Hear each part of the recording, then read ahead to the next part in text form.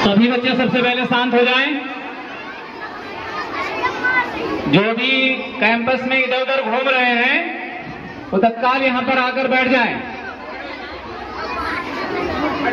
और जो खड़े हैं अपनी सीट पर वो थोड़ी देर के लिए बैठ जाइए। बहुत लंबा प्रोग्राम नहीं खींचा जाएगा। उमस हो रही है, इसलिए इस बात को ध्यान में रखते हुए प्रोग्राम को और छोटा कर दिया गया है। अन्यथा कम से कम अभी 2 घंटे का प्रोग्राम चलता। आज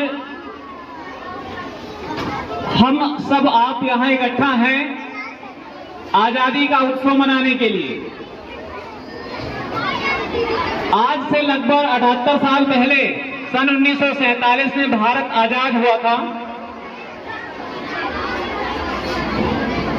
देश के तमाम भागों में अनेक वीर और वीरांगनाओं ने अपने प्राणों की आहुति देकर इस पावन धरा को सींचा है। हम आप यहां आज इतने मौज मस्ती में आराम से बैठे हैं। शायद उस समय के बच्चे पढ़ने को नहीं पाते थे। सभी बच्चों को पढ़ने की आजादी नहीं थी। जैसे परिवार में बहुत सारी विषमताएं होती थी, उसी प्रकार से देश में प्रत्येक प्रांत में प्रत्येक राज्य में विषमताओं का दौर चल रहा था। ना तो हमको खुलकर बोलने की आजादी थी, ना तो खुलकर चलने की आजादी थी, ना ही खुलकर कपड़े पहनने की आजादी हुआ करती थी। आजादी शब्द देखने में बहुत छोटा है, लेकिन अगर इसके मूल्यों की बात किया जाए तो शायद ही इसकी व्याख्या की जाए।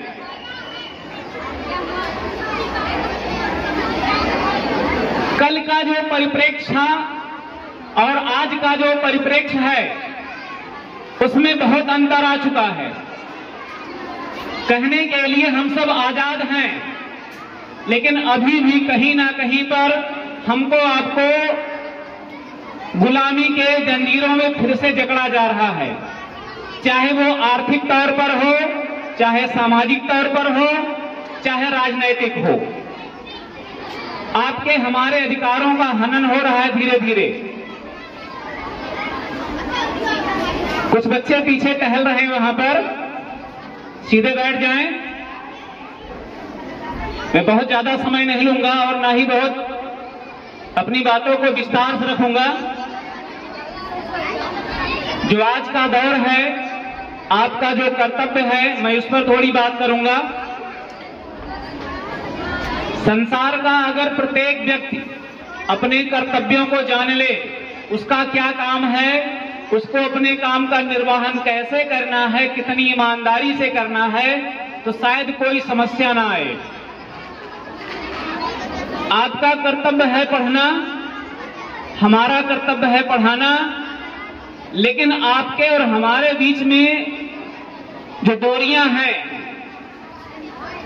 वो दूरियां नहीं होनी चाहिए।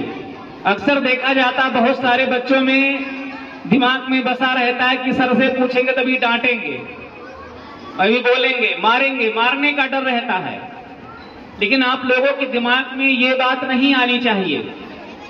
हम जितने यहाँ पर सब लोग हैं, हम लोगों का एक मुहिम है, एक उत्तरदायित्व है, एक जिम्मेदारी है कि आपके अंदर जो भी कमियां हैं उसको दूर किया जाए।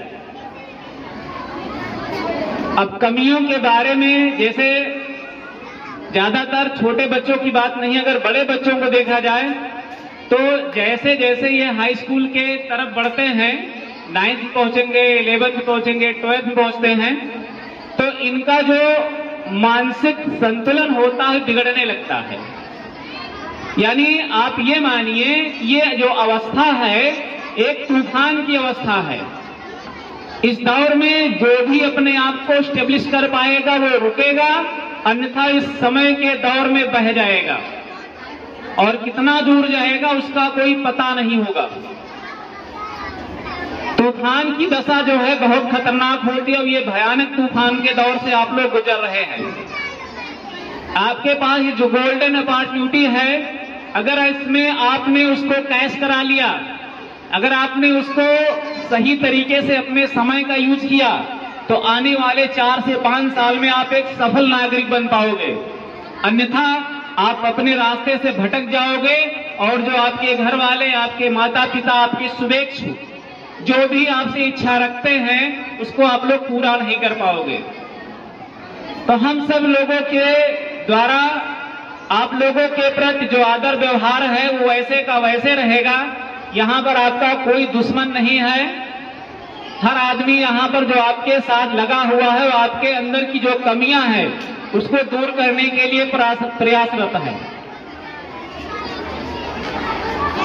पीछे के कुछ सालों में हम लोगों ने अपने विद्यालय में बहुत सारे उतार चढ़ाव देखे हैं।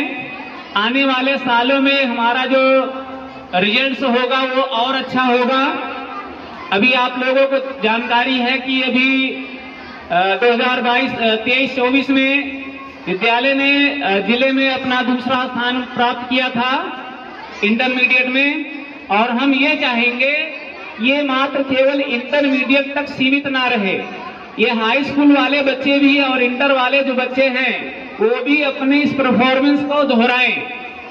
और हमको ये बताने में बड़ा हर्ष होता है कि जब हम लोग किसी सम्मानित स्थान पर सम्मानित किए जाते हैं, बड़े लोगों के द्वारा सम्मानित किए जाते हैं, तो एक नई ऊर्जा हमारे और हमारे सहयोगियों के बीच में उत्पन्न हो जाती है।